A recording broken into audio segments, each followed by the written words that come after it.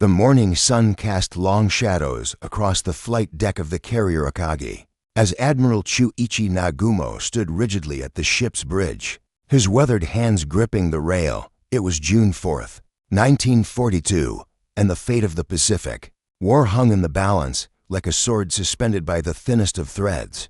The Japanese High Command had committed their most precious assets to this operation, four of their finest aircraft carriers, the backbone of their naval supremacy, and now there could be no turning back.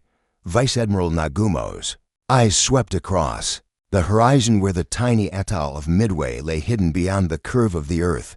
The plan, conceived in the war rooms of Tokyo, had seemed flawless on paper. Admiral Isoroku Yamamoto himself had endorsed this bold stroke that would eliminate the American Pacific Fleet's remaining strength and secure Japan's defensive perimeter. But as the first wave of aircraft prepared for launch, an inexplicable unease settled in Nagumo's chest like a stone. The carrier force Akagi, Kaga, Soryu, and Hiryu represented the finest naval aviation the world had ever seen. These same ships had struck Pearl Harbor with devastating effect just 6 months earlier, and their pilots were the cream of the Imperial Japanese Navy's elite. Captain Mitsuo Fukuda, who had led the Pearl Harbor attack, now prepared his airmen for what many believed would be the decisive blow against American resistance in the Pacific. Below deck, the organized chaos of carrier operations reached fever pitch. Mechanics made final adjustments to Zero fighters and Kate torpedo bombers, while ordnance crews loaded the deadly cargo that would rain down upon Midway's defenses. The air thrummed with the sound of engines warming up, their rhythmic drone masking the tension that gripped every man aboard the Japanese fleet. Unknown to Nagumo and his staff, American codebreakers had already penetrated the veil of Japanese secrecy. Commander Joseph Rockford and his team at Pearl Harbor had accomplished what many deemed impossible. They had broken the Japanese naval code JN-25 and discovered the true target of the approaching enemy fleet. This intelligence coup, detailed in classified reports that would later be revealed in historical analysis, gave Admiral Chester Nimitz the advantage he desperately needed to counter Japanese numerical superiority. As the Japanese carriers turned into the wind for launch operations, radar operators on Midway detected the approaching threat. The island's defenders, though outnumbered and outgunned, prepared to sell their lives dearly. Marine pilots climbed into their outdated Brewster Buffalo fighters, knowing they faced Japan's finest aviators in superior aircraft. The die had been cast, and both sides understood that the next few hours would determine the course of the war in the Pacific. The first Japanese aircraft lifted off from their carriers at 0600 hours, their engines roaring defiance at the dawn sky. But in the communications rooms of the Japanese fleet, RADIO operators began intercepting American transmissions that suggested the enemy knew far more about Japanese intentions than anyone had thought possible.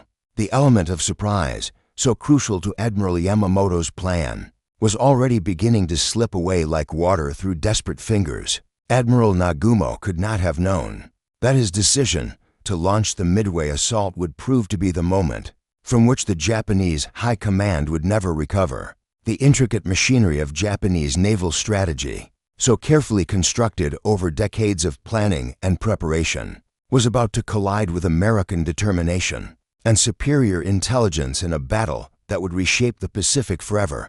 The thunder of Japanese aircraft engines filled the morning air as 108 bombers and fighters streaked toward Midway Atoll, their formation casting shadows on the Pacific swells below. Leading this aerial armada was Lieutenant Joichi Tomonaga, a seasoned pilot whose steady hand had guided many successful strikes. But as his aircraft approached their target, the Americans were already scrambling every available fighter to meet them. On Midway itself, the defenders prepared for the onslaught. With grim determination, Major Floyd Parks commanded the Marine Fighter Squadron, knowing his pilots flew obsolete aircraft against Japan's finest. The Brewster Buffalo fighters that rose to meet the Japanese attack were outclassed in every respect, slower, less maneuverable, and poorly armed compared to the deadly Zero fighters that escorted the enemy bombers. The first aerial engagement erupted at 0620 hours as American fighters intercepted the Japanese formation 30 miles from Midway.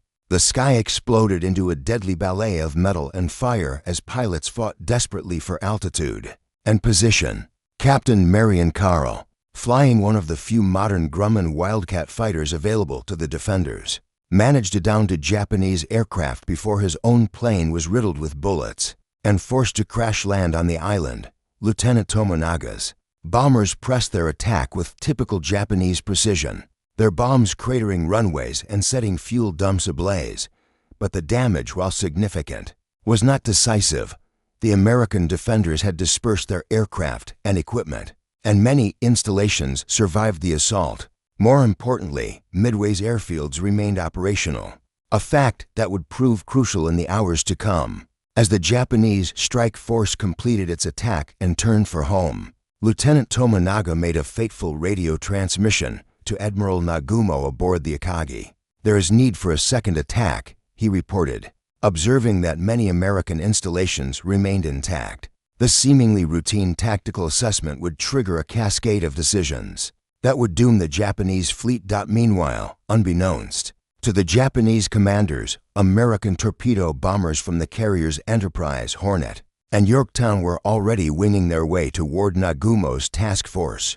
The Japanese had achieved tactical surprise at Midway, but they had walked into a strategic trap of enormous proportions. Admiral Nimitz had positioned his carriers northeast of the island, exactly where Japanese intelligence had failed to expect them. The first American attack came from Midway-based bombers, Army Air Force Boeing B-26, Marauders, and Navy Grumman TBF Avengers that had been rushed to the island as reinforcements. These aircraft, flying without fighter escort, pressed their attacks with suicidal courage against the Japanese fleet. The results were devastating for the Americans.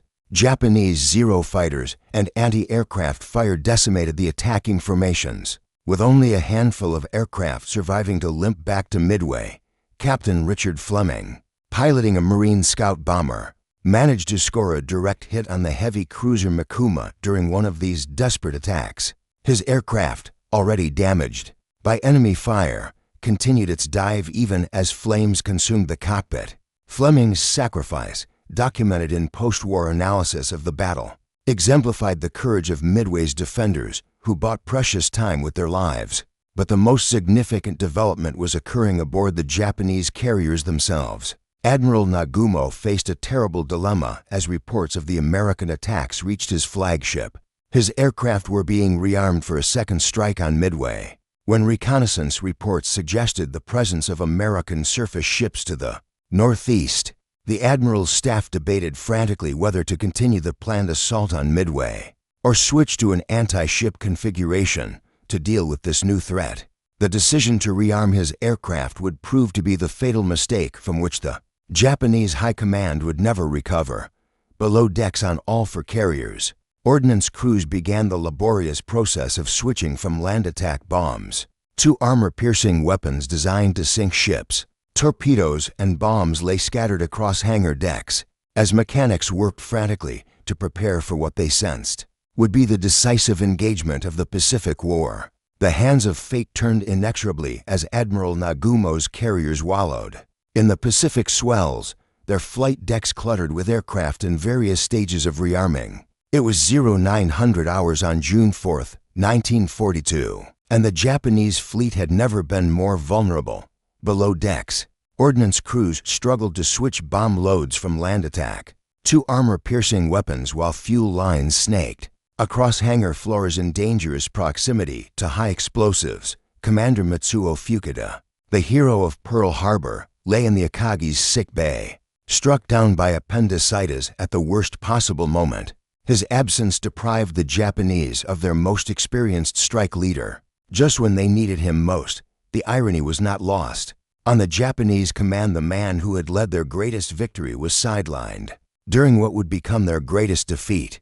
From the northeast, American carrier aircraft approached in 3 separate waves. Though coordination between the groups had broken down due to communication failures and the vast distances involved, the first to arrive were the torpedo bombers from the USS Hornet. flying the obsolete Douglas TBD Devastator aircraft that had been the backbone of American naval aviation since the mid-1930s. Lieutenant Commander John Waldron led Torpedo Squadron 8 toward the Japanese fleet. With grim determination, his 15 aircraft flew without fighter escort. Having become separated from their protective Wildcats during the approach, Waldron, a part Cherokee pilot known for his fierce independence and tactical brilliance, had drilled his men relentlessly. In the months before the battle, his final message to his squadron was simple: attack immediately. The Japanese combat air patrol fell upon the American torpedo bombers like wolves among sheep. Zero fighters, led by Lieutenant Commander Shigeru Itaya, dove from above with devastating effect. The slow, low-flying Devastators were sitting ducks for the agile Japanese fighters, and one by one they were picked off as they struggled to reach attack positions. Ensign George Gay, piloting the last surviving aircraft of Torpedo Squadron 8, watched in horror as his squadron mates were systematically destroyed. His own aircraft, riddled with bullets and with his rear gunner dead, pressed on toward the carrier Kaga. Gay managed to drop his torpedo before his burning plane cartwheeled into the sea, making him the sole survivor of his squadron. From his life raft, he would witness the climactic moments of the battle. Similar fate awaited the torpedo squadrons from Enterprise and Yorktown.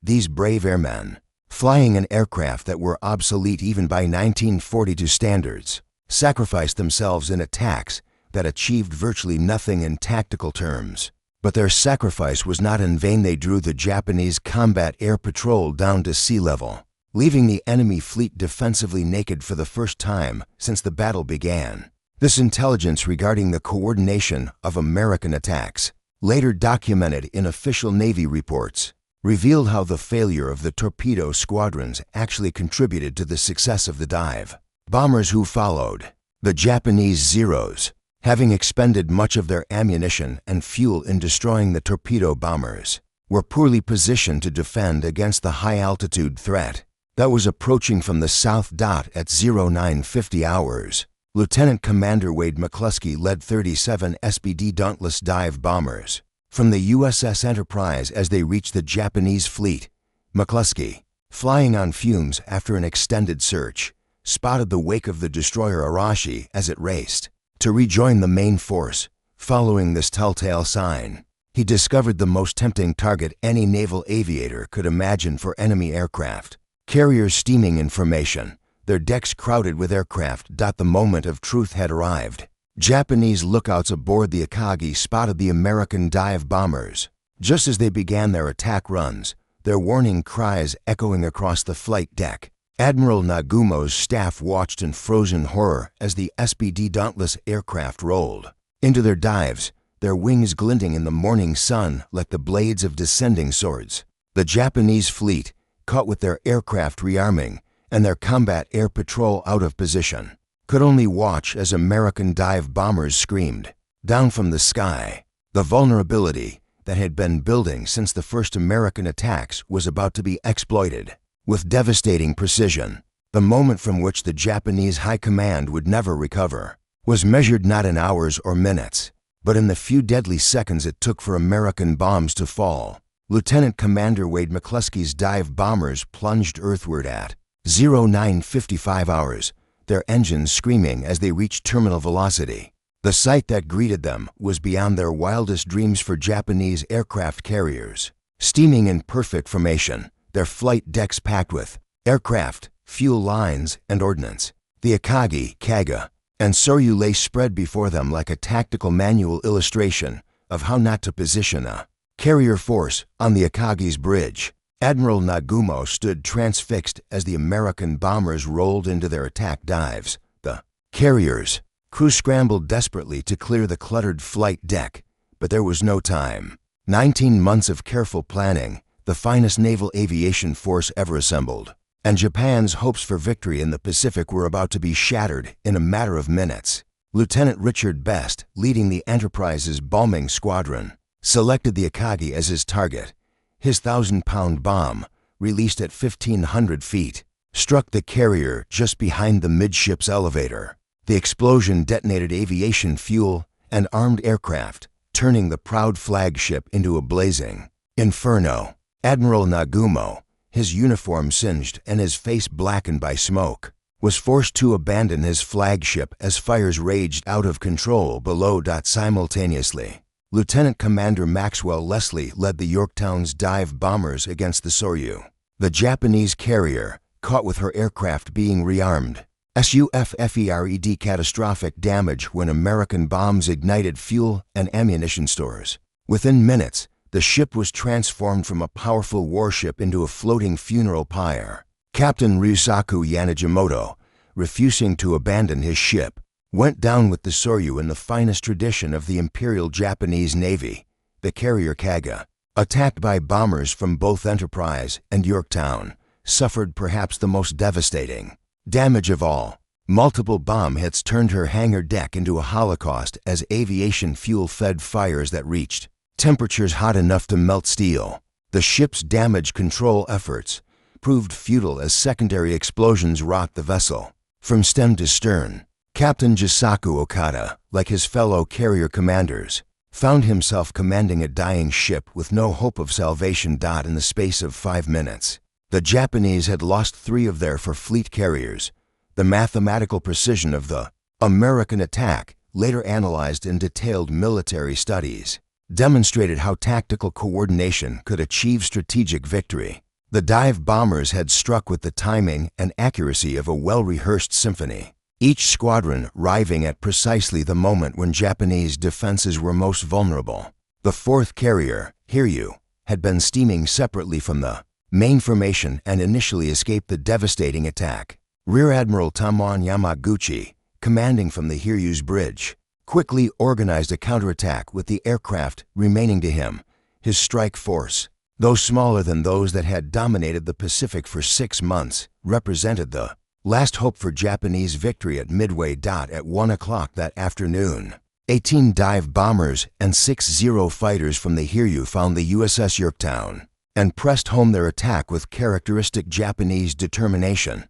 The American carrier, damaged but still operational, took 3 bomb hits that started serious fires and knocked out her boilers. The ship's crew, displaying the same courage that had marked American resistance throughout the battle, fought desperately to save their vessel, but the Hiryu's moment of triumph was brief. American search planes had located the surviving Japanese carrier, and Admiral Raymond Spruance, commanding Task Force 16, immediately ordered a strike. At 5 o'clock that evening, 24 dive bombers from the Enterprise found the Hiryu and delivered the same treatment that had been meted out to her sister ships earlier in the day. The attack on the Hiryu was led by Lieutenant Earl Gallagher, whose bombers scored for direct hits on the Japanese carrier. The ship, like her predecessors, was quickly transformed into a blazing wreck as fires consumed her aircraft and fuel supplies. Admiral Yamaguchi, recognizing that his ship was doomed,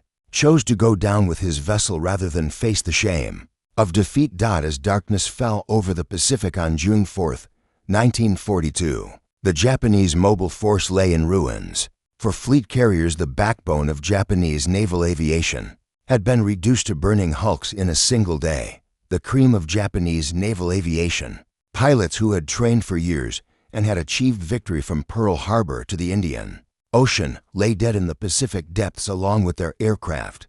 The disaster was so complete, so sudden, and so devastating that the Japanese High Command would never recover from its effects.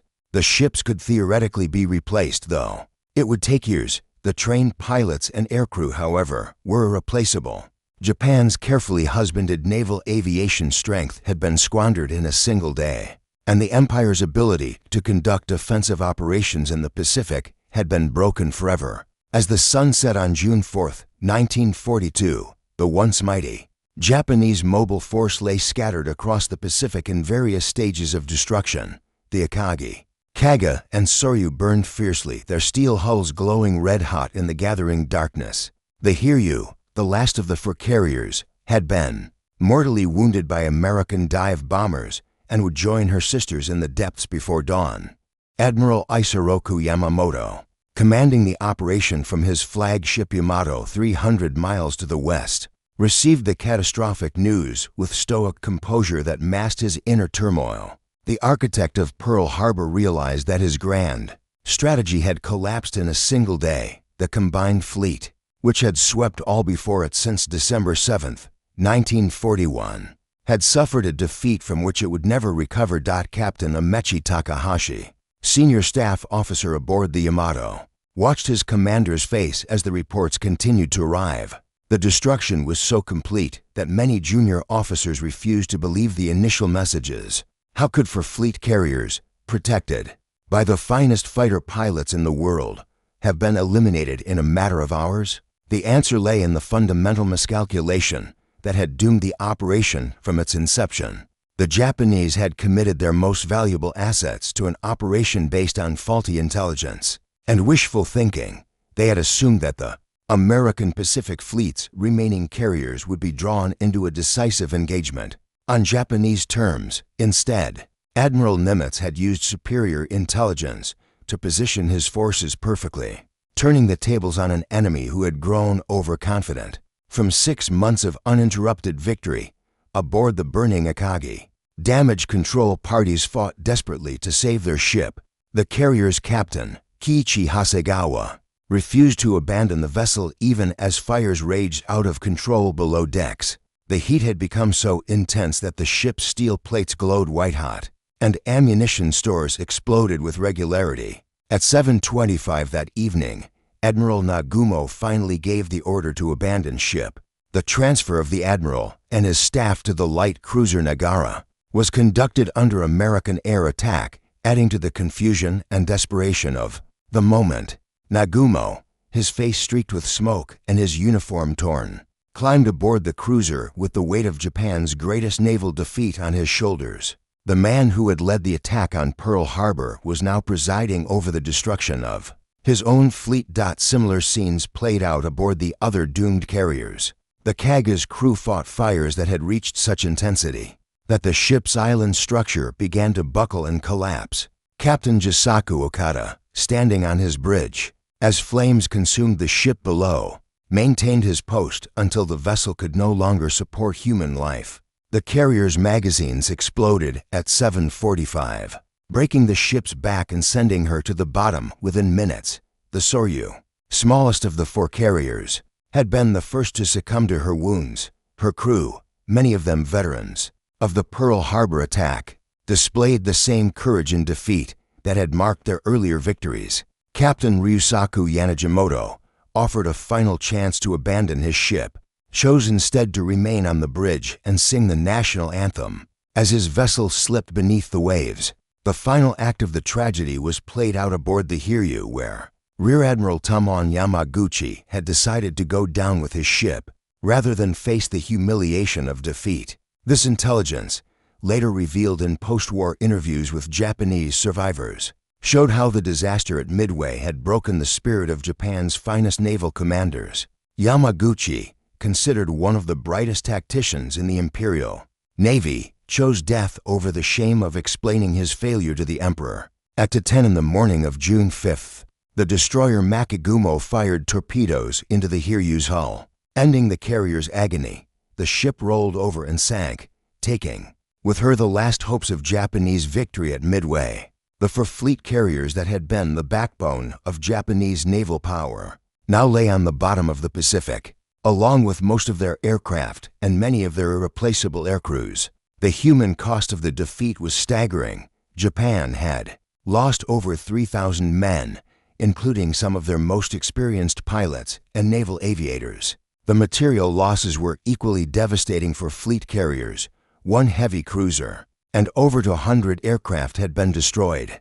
But the psychological impact was perhaps the most severe of all. The myth of Japanese invincibility, carefully cultivated since Pearl Harbor, had been shattered in a single day. Admiral Yamamoto, surveying the wreckage of his strategy from the bridge of the Yamato, understood that the war had taken a fundamental turn. The initiative, which had belonged to Japan since the beginning of the conflict, had passed irreversibly to the Americans. The Japanese High Command would spend the remaining 3 years of the war reacting to American moves rather than dictating the course of events. The dawn of June 5, 1942, revealed the full extent of the Japanese disaster at Midway. where for proud aircraft carriers had steamed just 24 hours earlier. Only oil slicks and debris remained to mark their passing. The survivors, rescued by Japanese destroyers, huddled in shocked silence as they contemplated the magnitude of their defeat.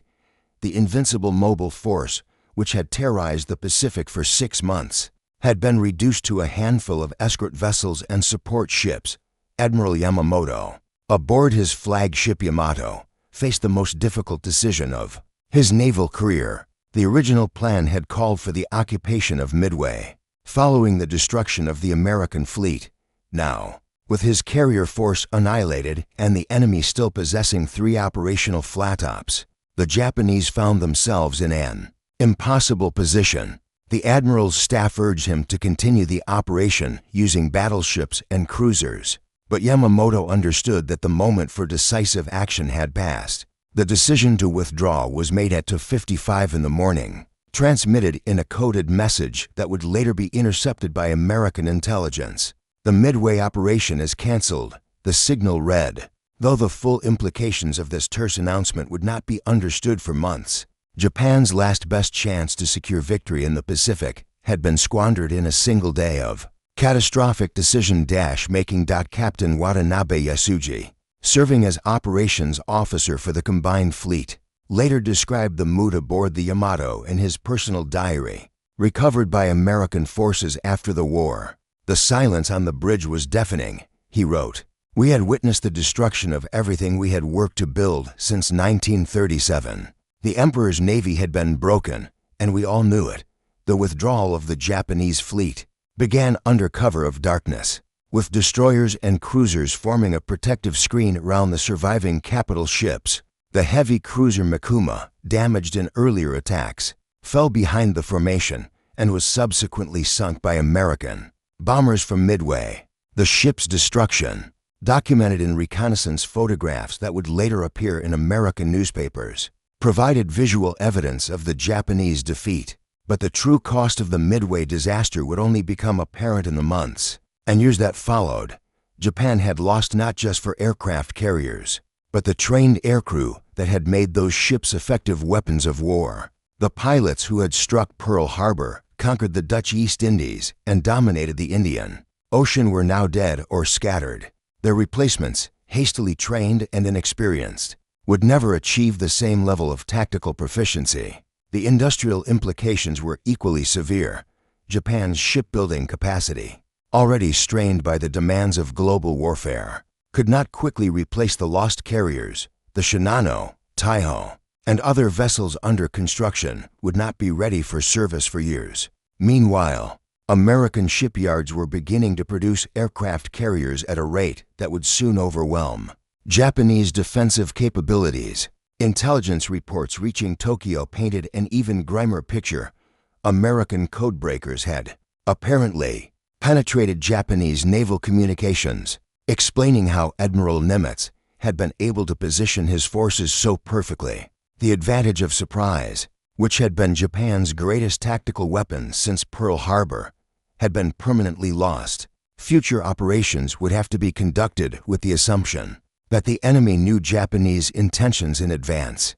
The psychological impact on Japanese naval leadership was perhaps most devastating. Of all, Admiral Nagumo, the hero of Pearl Harbor, had been reduced to a broken man who would never again command a major fleet operation.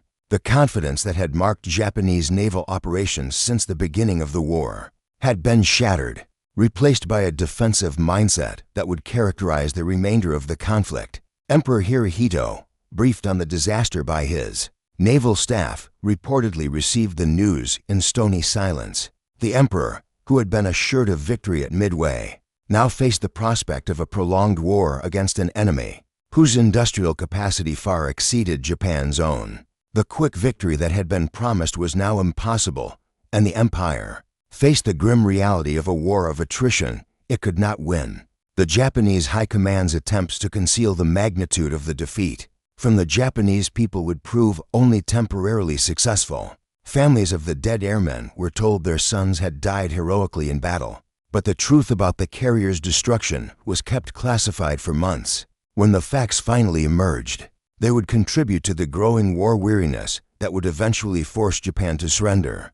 The Battle of Midway had lasted only for days, but its consequences would resonate throughout the remainder of the Pacific War. The Japanese High Command, which had entered the battle confident of victory, now faced the reality that their window of opportunity had closed forever. The initiative had passed to the Americans, and the long retreat to the Japanese home islands was about to begin.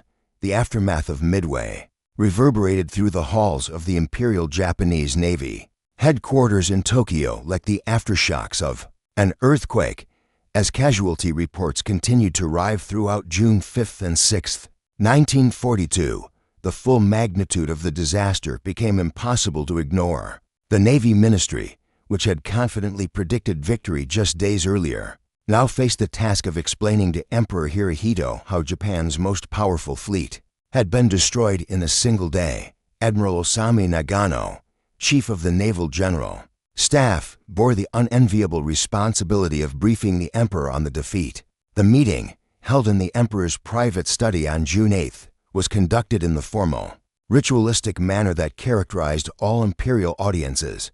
But behind the ceremonial courtesy, both men understood that the war had taken a fundamental turn from which there would be no recovery. The emperor listened impassively as Nagano detailed the losses for aircraft carriers, one heavy cruiser and over 100 aircraft destroyed. More devastating than the material losses was the human cost. 3,500 officers and men, including some of Japan's most experienced naval aviators, had perished in the battle. The cream of Japanese naval aviation, painstakingly trained over years of preparation, had been eliminated in a matter of hours. How is this possible? The emperor asked, his voice barely above a whisper. The question hung in the air like an accusation, and Nagano struggled to provide an answer that would satisfy his sovereign. The truth that Japanese intelligence had been catastrophically wrong about American intentions and capabilities was too painful to acknowledge fully.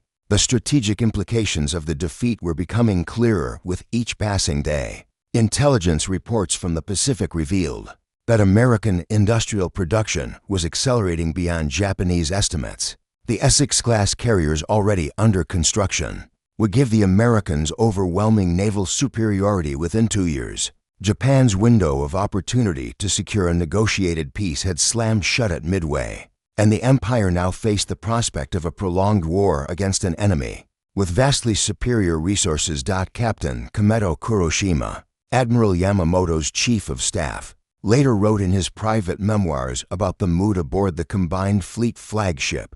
Following the defeat, the admiral seemed to age 10 years in a single day. He recorded, "The man who had orchestrated Pearl Harbor now realized that his strategic gamble had failed, and that Japan faced inevitable defeat unless the war could be ended quickly." Through diplomatic means, the cover-up that followed the battle revealed the Japanese High Command's desperate attempt to maintain morale and prevent panic. Families of the dead airmen were told that their sons had died heroically in a great victory, while the truth about the carrier's destruction was classified at the highest levels.